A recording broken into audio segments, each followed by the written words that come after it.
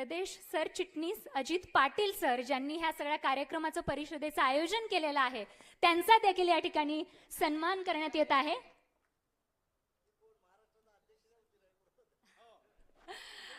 साहेबांच्या खुद्द साहेबांच्या हस्तेच पाटील सरांचा या ठिकाणी सन्मान करावा अशी मी साहेबांना विनंती करते।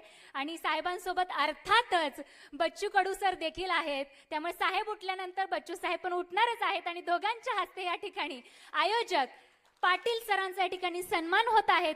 दोघा मान्यवरांच्या हस्ते पाटील सरांचा या ठिकाणी सन्मान होतोय। टाळ्यांच्या कडकडाटात त्यांचं या ठिकाणी आपण अभिनंदन करूया। इतका छान परिषदेचा कार्यक्रम त्यांनी आयोजित केलेला आहे।